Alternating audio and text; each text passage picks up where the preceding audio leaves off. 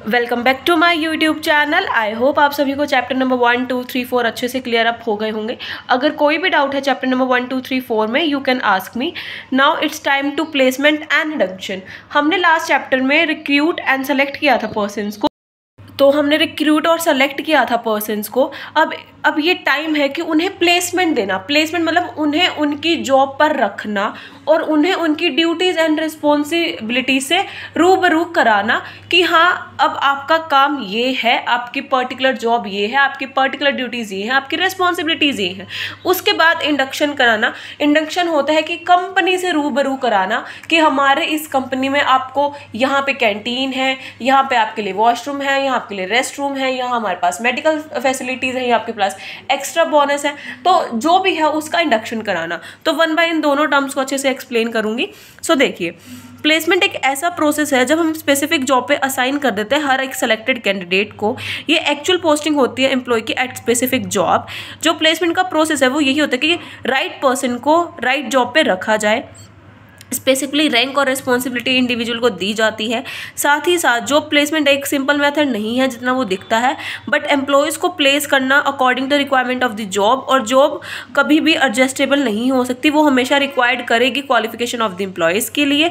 तो जो requirement of job है वो मैच होनी चाहिए क्वालिफिकेशन ऑफ द कैंडिडेट के, like skills, ability, potential, capacity and their expectation towards the organisation. जो भी उनके अंदर होगा, मतलब स्किल, एबिलिटी, जो भी चीज़ें उनके अंदर है वो मैच होनी चाहिए हमारी पर्टिकुलर जॉब से। और इसके साथ साथ क्वालिफिकेशन भी नेसेसरी है जॉब के लिए। जो भी हम जॉब ऑफर करते हैं हमारे एम्प्लॉयज़ को, वो अकॉर्डिंग टू देयर क्वालिफिकेशन करते हैं कि वो कितने एजुकेटेड हैं, उस बिहाफ पर ही करते हैं। जॉब कभी भी हायर क्वालिफिकेशन नहीं मांगती और ना ही इतनी लोअर मांगती, बट एक यूनिक प्रोफाइल ज़रूर होती है जो जॉब मैच कर सके जॉब की रिक्वायरमेंट को।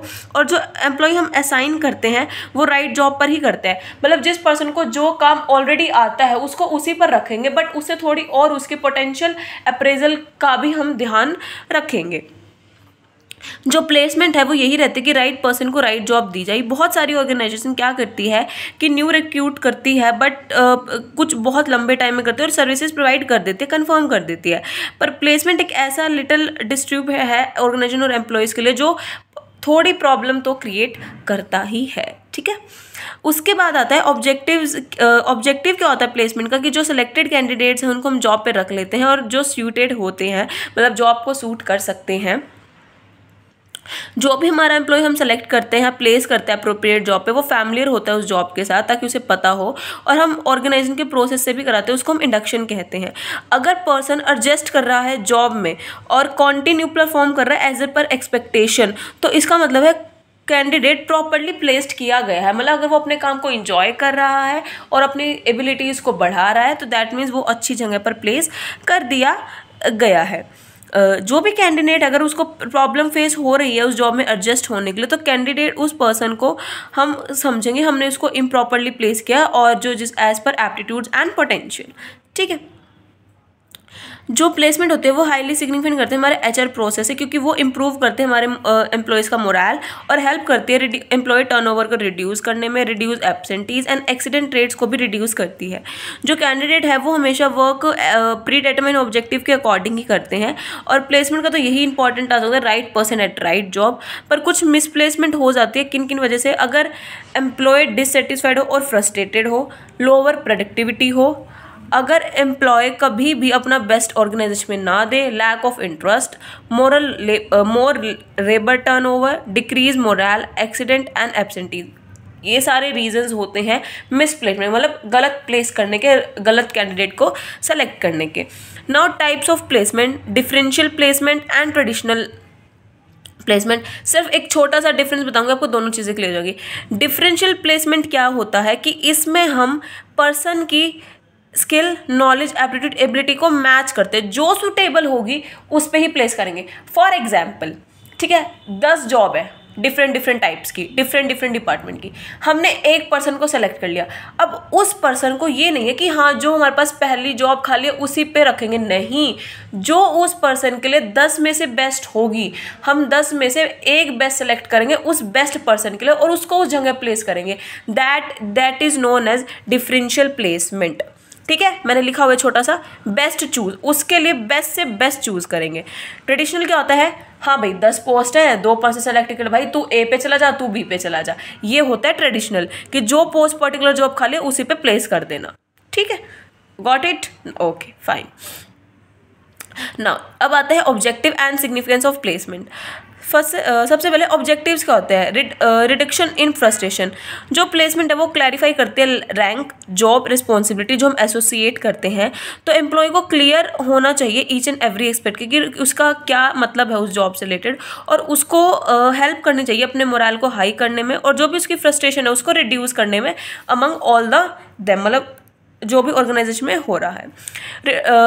Reduction in labour turnover. जो प्लेसमेंट है हमें बहुत सारी इन्फॉर्मेशन प्रोवाइड करती है एम्प्लॉयज़ के बारे में, ताकि उनकी रिगार्डिंग द जॉब और एज वेल एज उनके फाइनल एक्सपेक्ट में जो स्किल और एबिलिटी होती है वो कंसिडर करी जाती है जब वो काम कर रहे होते हैं। तो एक अच्छा फीचर है प्लेसमेंट में कि वो लेबर टर्नओवर रिड्यूस कर देता है अमंग एम्प्लॉयज़, क्योंकि हमें पता है कि हमारे इस पर्सन के लिए उसको ये इस जॉब की ज़रूरत है और हमें उसको ऐसे देना ही पड़ेगा, तो जिससे लेबर टर्नओवर रिड्यूस हो जाती है। ठीक है।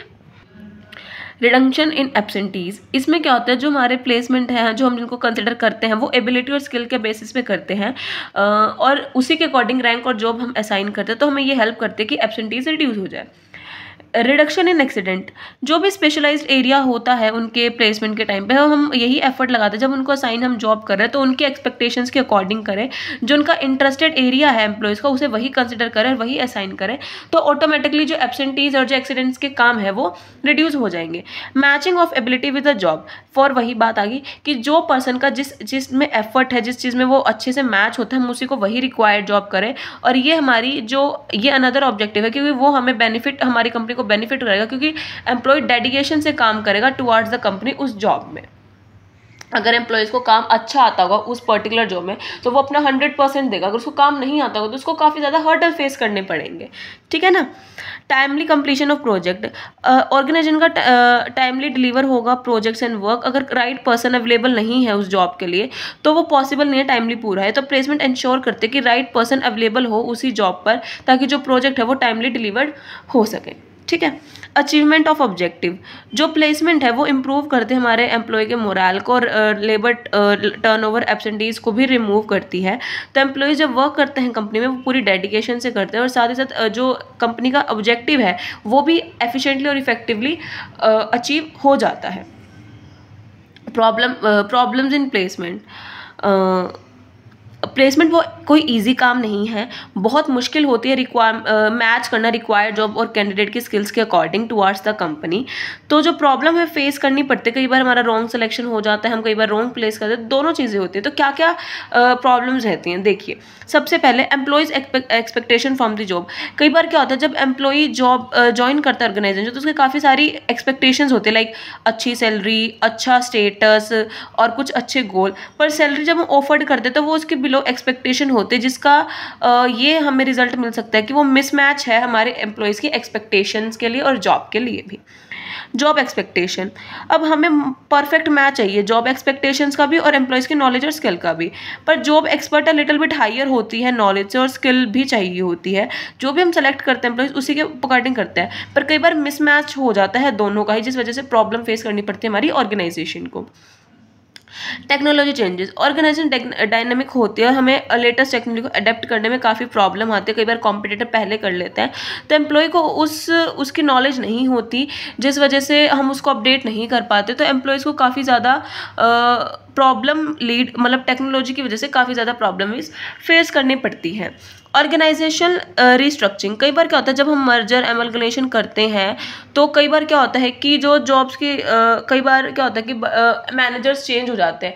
फॉर एग्जांपल आज 4 एम्प्लॉयज़ आए, वो 1 महीने से मैनेजर के साथ काम कर रहे हैं, वो मैनेजर चेंज हो गया मर्जर में, अमलगमेशन में या फिर रिकंस्ट्रक्शन में, कोई 2 मैनेजर आ गए और वो उनके साथ अच्छे से कम्युनिकेट नहीं कर पा रहे जो 4 एम्प्लॉय उनके अंडर काम करते थे, तो इस वजह से भी काफ़ी ज़्यादा प्रॉब्लम फेस करनी पड़ती है।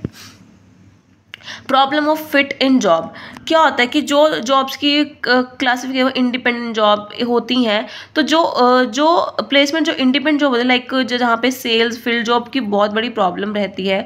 सबसे से वो होती है जहाँ पे जो एक्टिविटीज़ है वन एम्प्लॉय की वो डिपेंडेंट होती हैं अदर एम्प्लॉय के। सिमिलरली जो पूल जॉब होती है, वो जो एक्टिविटीज़ है वो इंटरडिपेंडेंट होती है एक दूसरे में। जब हम प्रोजेक्ट को कंप्लीट करते हैं तो कॉन्ट्रीब्यूशन दिखता है, तो जो प्लेसमेंट ऑफ एम्प्लॉयज होते हैं वो उसी के अकॉर्डिंग करनी चाहिए कि पर्सन कितना अपनी परफॉर्मेंस को इंडिविजुअल शो करता है और कितनी बार फेल होता है टीम्स के अंदर। तो ये भी काफ़ी ज़्यादा मिसलीड करता है, प्रॉब्लम फेस करता है प्लेसमेंट करने के लिए। कई बार क्या होता है कि क्या होता है कि जब तक रॉ मटेरियल नहीं आएगा फिनिश गुड नहीं बन सकता। अगर रॉ मटेरियल ही मतलब बंदा नहीं लाएगा तो फिर वो प्रॉब्लम फेस करता है, तो इस वजह से प्रॉब्लम फेस करनी पड़ती है। नाउ इंडक्शन को हम कह सकते हैं ओरिएंटेशन, जो कि एक प्लान्ड प्रोग्राम होता है न्यू कमर्स के लिए। फॉर एग्जाम्पल, आपने 12th पास आउट हो गए, अब आपने कॉलेज में एडमिशन लेना है, ठीक है। आप जाते हो, आपका फर्स्ट डे होता है, आपको कुछ भी नहीं पता होता मेरी क्लास कहाँ पे है, लाइब्रेरी कहाँ पे है, वॉशरूम कहाँ पे है, ऑडिटोरियम कहाँ पे है, मेडिकल स्टाफ कहाँ पे है, और कैंटीन कहाँ पे है, शेड कहाँ पे है, आपका एरिया कहाँ पे, आपको कहाँ बैठना अगर आपको कोई फ्री लेक्चर हो। तो आजकल होने लग गया है बड़ी बड़ी कॉलेजेस में कि 1-2 दिन के बाद वो आपका इंडक्शन कराते हैं, जहाँ पे एक बड़ा सारा सेमिनार हॉल में, मतलब कहीं भी सेमिनार होता है। टीचर अपने आप को 1 बाय 1 इंट्रोड्यूस करते हैं कि मैं इस सब्जेक्ट की टीचर हूँ, मैं ये पढ़ाऊँगी, मेरे ये क्वालिफिकेशन ये, ताकि आपको टीचर्स के बारे में पता चले। और कुछ ऐसे टीचर्स होते हैं जो आपको कॉलेज के बारे में इंडक्ट कराते हैं कि आपको राइट हैंड में आपको आपका कैंटीन मिलेगा, लेफ्ट हैंड में आपको वॉशरूम या फिर मेडिकल स्टाफ मिलेगा, दूसरे ब्लॉक में ये मिलेगा, तीसरे ब्लॉक में ये मिलेगा। मतलब कॉलेज से, ऑर्गेनाइजेशन से रूबरू कराना उन नए एम्प्लॉयज का, उसको हम ओरिएंटेशन कहते हैं। तो देखिए, इंडक्शन एक ऐसा प्रोसेस है जो फैमिलियरिज्म है न्यू रिक्रूटमेंट के लिए। जो लास्ट फेज के एम्प्लॉयज़ होते हैं वो रिक्रूटर प्रोसेस में हो जाते हैं, तो जो उनकी लर्निंग और डेवलपमेंट है वो फर्स्ट फेज में हो जाती है। पर इंडक्शन एक ऐसा जो न्यू एम्प्लॉयज़ ऑर्गेनाइजेशन में आते हैं इन कल्चर वर्किंग, उनको इन बारे में हम बताते हैं। एक नोटिव होता है कि ताकि वो इनसिक्योर फील ना करें, नर्वस ना हो जब वो ज्वाइन कर रहे हैं। उनके लिए ईजी नहीं होता एडजस्ट करना न्यू एनवायरनमेंट में, तो इंडक्शन बहुत नेसेसरी है उन एम्प्लॉयज़ के लिए, ताकि वो घर जैसा फील करे और उन्हें वो कमिट रहे अपनी जॉब के लिए। तो ये हम श्योर करते हैं हमारे जो न्यू एम्प्लॉयज़ है वो अप्रोप्रिएटली इंट्रोड्यूस करा सके हमारी ऑर्गेनाइजेशन से, ताकि वो इनका एक प्रॉपर इंडक्शन करा सकें। According to Michael Armstrong, induction एक ऐसा प्रोसेस है जहाँ पे हम रिसीव और वेलकम करते हैं हमारे एम्प्लॉयज़ को। जब वो कंपनी में ज्वाइन करते हैं, फर्स्टली हम उन्हें बेसिक इन्फॉर्मेशन देते हैं कि कहाँ पे, ताकि वो क्विकली सेटल डाउन हो सके और हैप्पीली और अपना काम स्टार्ट कर सके। इंडक्शन का एम क्या है? ताकि स्मूथली वो काम कर सकें, उन्हें स्ट्रेंजर और अनफैमिलियर फील ना हो, ताकि वो कंप्लीट जो उनका क्विकली फैमिलियर एटीट्यूड हो कंपनी के लिए, और जो न्यू एम्प्लॉयज़ हो ही लाइकली वो ईजिली रह पाएँ। जो आउटपुट है वो भी इफेक्टिवली हमें अपटेन हो हमारे न्यू एम्प्लॉय से, जितने शॉर्ट टाइम में हमें पॉसिबल हो सकता है। और जो लाइकलीहुड है वो रिड्यूस हो जाएगा एम्प्लॉयज़ के क्विकली, क्योंकि अगर हम उन्हें अच्छा फील कराएंगे, बेटर फील कराएंगे और उन्हें फैमिलियर फील देंगे। इंडक्शन एक ऐसा टास्क ऑफ इंट्रोड्यूसिंग है न्यू एम्प्लॉयज़ के लिए, जहाँ पे पॉलिसीज़ और प्रोसीजर रूल्स बनाए जाते हैं। जो इंडक्शन प्रोग्राम है वो आपको एक्सप्लेन करता है न्यू सेलेक्टेड एम्प्लॉयज़ कौन है ऑर्गेनाइजेशन में, पॉलिसीज़, प्रोडक्ट, सर्विसेज क्या क्या हैं, और ग्रीवेंसेस क्या हैं, अदर बेनिफिट क्या है। हम अपना पर्पस सर्व करते हैं उन्हें, और ताकि वो अंडरस्टैंड कर सके कि हमारा उनका रोल क्या है, उनका जॉब में कॉन्ट्रीब्यूशन कितना होगा, ताकि हमें ऑब्जेक्टिव अचीव कर सके। पर्पस क्या होता है इंडक्शन प्रोग्राम के? ताकि ओपनली 2 वे कम्युनिकेशन हो सके मैनेजमेंट और एम्प्लॉयज़ के बीच में, एक इनफॉर्मल रिलेशनशिप बना सके हम न्यू कलीग्स के साथ, टीम स्पिरिट प्रमोट कर सकते हैं और एक्सटेंड कर सकते हैं बिलोंगिंगनेस को अमंग एम्प्लॉयज़, इंटीग्रेट करा सकते हैं एम्प्लॉयज़ का अपनी पूरी ऑर्गेनाइजेशन में, हेल्प करता है उन्हें क्विकली सेटल डाउन होने में, हेल्प करता है ताकि वो जो हमारे प्रोडक्टिव मेंबर है उनके साथ एज सुन एज पॉसिबल एक अच्छा रिलेशनशिप बना सकें, ताकि वो जॉब में प्रॉपरली परफॉर्म करे और उन्हें उनका आउटपुट हमें जल्दी दिखाई दे। जो भी न्यू मिलेगा कि कम मिस्टेक करे, एक्सीडेंट वर्क पे थोड़ा सा अच्छे से काम करे और इम्प्रूव करे अपनी क्वालिटी ऑफ वर्क को। और ये बेनिफिट होता है हमारी बहुत ऑर्गेनाइजेशन के लिए भी और हमारे एम्प्लॉयज़ के लिए भी। यहाँ पे 2 टाइप के इंडक्शन दे रखे हैं, formal induction programme and informal induction programme.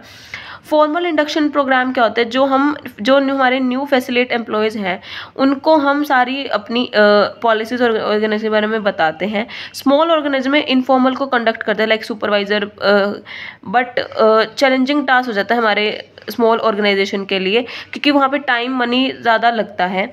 In order to make the, ताकि हम ये जान सकें हमारे एम्प्लॉयमेंट का पोटेंशियल कितना है, तो हमें एक प्लान इंडक्शन प्रोग्राम बनाना पड़ता है, एग्जीक्यूट करना पड़ता है। और हमें एग्जांपल दे सकते हैं कि इन्होंने एग्जांपल दी हुए हैं, देखिए, like oriented new employees faster, ITS, जो 660 डिग्री अप्रोच है एम्प्लॉयज़ ओरिएंटेशन के लिए, जहाँ पे हम इजीली अपडेट कर सकते हैं हमारे एम्प्लॉयज़ को प्रोग्राम्स के बारे में और ओरिएंटेशन के फुल प्रूफ के बारे में। और कुछ बॉर्डिंग होता है लाइक पॉलिसीज़, बिजनेस की स्ट्रैटेजी क्या है, करियर डेवलपमेंट इनिशिएटिव्स क्या होंगे, एम्प्लॉयज़ के बेनिफिट्स क्या होंगे, ऑर्गेनाइजेशन की हिस्ट्री क्या है, क्या मिशन एंड विजन स्टेटमेंट है, क्या वैल्यूज़ और क्या एनवायरमेंटल एक्रोस है, इन सब के बारे में। की बेनिफिट्स, जो हमारे एम्प्लॉयज़ का टाइम है वो रिड्यूस करता है उन्हें सब कुछ जानने के लिए। एक यूनिफॉर्म स्टैंडर्ड अचीव कर लेता है डिपार्टमेंट के अकॉर्डिंग। ट्रेनिंग मैच होते हैं हमारे एम्प्लॉयज़ के प्रोफाइल के साथ, ऑफर करते हैं। अपडेट और मॉडिफाई करते हैं प्रोग्राम्स को और कॉस्ट इफेक्टिवली होता है। जो ट्रैक लर्नर प्रोग्राम्स हैं वो भी हो जाते हैं, ठीक है। उसके बाद ये वाला टॉपिक ना ही करो तो बेटर है, क्योंकि इसमें कुछ है नहीं कुछ खास बताने वाला, ठीक है। इसके बाद आ जाइए आप सीधा स्ट्रैटेजीज पे, मोस्ट इंपॉर्टेंट है, आ सकती हैं। सबसे पहले फॉर्मल एंड इनफॉर्मल। फॉर्मल में क्या होता है, देखिए कि जो फॉर्मल इंडक्शन है, कंपनी एक स्ट्रक्चर्ड प्रोग्राम प्रिपेयर करते हैं, उसे एग्जीक्यूट करते हैं और इंट्रोड्यूस करती है।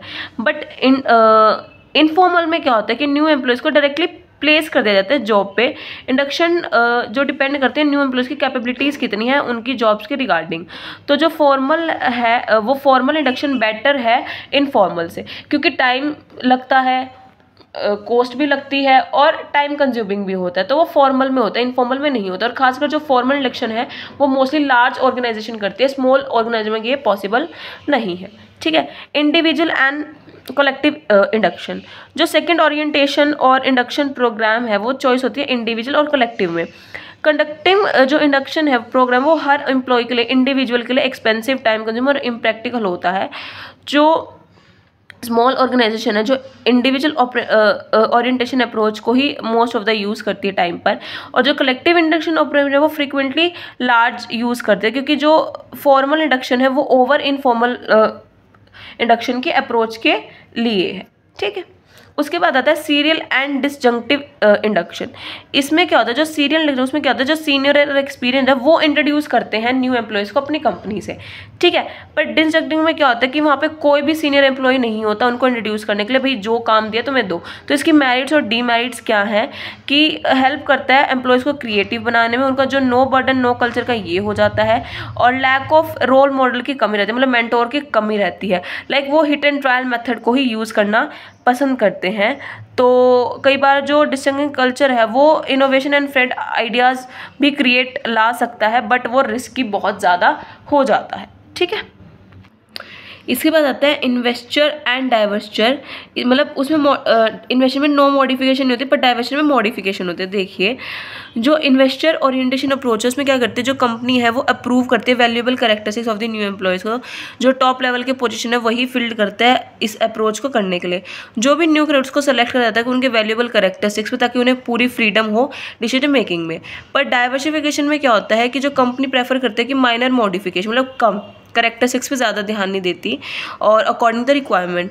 तो मोस्टली इंट्रोड्यूस करते हैं न्यू मतलब कि वो जैसे कि मिलिट्री ऑर्गेनाइजेशन हो गई, उसमें क्या होता है कि हाँ भाई इतना ही, इतनी नेसेसरी है, बस इतना हो गया, उसको ट्रेनिंग दे देते हैं, बात ख़त्म। तो ये चीज़ें होती हैं। तो जब जो इंडक्शन प्रोग्राम है वो शॉर्ट होता है कुछ आवर के लिए, पर कुछ लेंथी भी होते हैं। तो चॉइस होते हैं हम कौन सा प्रोग्राम और सिलेक्शन कर रहे हैं इंडक्शन के लिए, चॉइस क्या कर रहे हैं। इसके बाद आता है रेस्पॉन्सिबिलिटीज़ ऑफ एम्प्लॉयज़ इंडक्शन। जो रेस्पॉन्सिबिलिटी HR स्पेशलिस्ट की क्या क्या होने, मतलब वो एक्सपीरियंस और नेसेसरी एक्सपर्ट जो उसको शो करना चाहिए न्यू एम्प्लॉयज़ के लिए क्या क्या, उनको उनके लिए एक स्ट्रक्चर्ड इंडक्शन प्रोग्राम एस्टेब्लिश करना चाहिए ताकि वो उनकी नॉलेज स्किल्स और नीड्स के अकॉर्डिंग हो। और फर्स्ट पॉइंट यही है कांटेक्ट कर सके न्यू एम्प्लॉय से और रिस्पॉन्ड कर सके अप्रोप्रिएटली, उनकी इंक्वायरी उनकी रिक्वेस्ट को सुन सके। जब वो असिस्ट कर रहे हैं इंडक्शन की रिस्पॉन्सिबिलिटी को, वो कंडक्ट करती है एक site tour, introducing new employees colleagues को, explaining administrative processing and daily routines को भी। ठीक है, जो भी एनकरेजमेंट है हम उन्हें प्रोवाइड करें, अपने एम्प्लॉयज़ की नीड्स को सुने, रेगुलर फीडबैक है वो ऑब्टेन करते रहे हमारे न्यू एम्प्लॉयज़ से, जो भी उनकी इफेक्टिवनेस है, इंडक्शन प्रोग्राम है, उनको सुटेबल अमेंडमेंट्स बनाते रहें, कंटिन्यू करते रहे हमारे इंडक्शन प्रोग्राम्स को, ताकि जो भी न्यू एम्प्लॉयज़ हैं सक्सेसफुली इंटीग्रेट हो हमारे वर्क प्लेस में। ठीक है, ये तो हो गई ड्यूटीज़ एचआर स्पेशलिस्ट की। नाउ लाइन मैनेजर की, वो इंश्योर करता है कि उनको सफिशिएंट इन्फॉर्मेशन मिले हमारे न्यू एम्प्लॉय से, ताकि वो इंश्योर कर सके। तो एक इंडिविजुअल का रोल है जो उसकी वर्क प्लेस की प्रायोरिटी है वो बताए, उन्हें conditions they, there condition of employments and performance expectations की क्या क्या होंगी, एथिकल और लीगल रिस्पॉन्सिबिलिटीज़ के बारे में बताए, वर्क कल्चर और सपोर्ट करे, रिस्पॉन्सिबिलिटीज़ बताए, जो भी प्लान्स प्रोसीजर्स है, स्टैंडर्ड प्रोसेस है, उनके बारे में उसे नॉलेज दे। न्यू एम्प्लॉयज़ का क्या होता है कि induction is not just one way, उनको भी होना चाहिए वो एक्टिवली पार्टिसिपेट करें, असिस्ट करें, सपोर्ट करें, प्रोडक्टिव रिलेशनशिप बनाए सुपरवाइजर और कलीग्स के बीच में, काउंटेबल परफॉर्मेंस और एक्सपेक्टेशंस होनी चाहिए उनकी, कंट्रीब्यूट करें हेल्दी और पॉजिटिव ऑर्गेनाइजेशन कल्चर, कोई भी रिफ्लेक्ट ना हो उनकी परफॉर्मेंस में, और कंस्ट्रक्टिव फीडबैक मिलता रहे, उनकी इफेक्टिवनेस आती रहे इंडक्शन प्रोग्राम में। ठीक है, तो ये था आपका चैप्टर प्लेसमेंट एंड कंडक्शन। इसके बाद आता है कि हमने प्लेस कर दिया, उन्हें इंडक्ट कर दिया। अगर हम 2-4 महीने देखते हैं काम, अगर उन्हें प्रॉब्लम आ रही है तो फिर हम उनका प्रॉब्लम आ रही है फिर अच्छा काम करें तो उनका हम प्रमोशन, डिमोशन या फिर ट्रांसफ़र कर देते हैं। किस वे में करते हैं वो हम नेक्स्ट चैप्टर में पढ़ेंगे। तो बस आज के लिए इतना ही। आप इस वीडियो को अच्छे से सुन लेना। कोई प्रॉब्लम हो तो मेरी ईमेल आईडी पे, मेरे टेलीग्राम चैनल के थ्रू, या फिर आप मुझे इंस्टाग्राम आईडी पर कांटेक्ट कर सकते हैं। Okay, thank you, have a nice day. Video को like, share, comment and channel को सब्सक्राइब कर देना।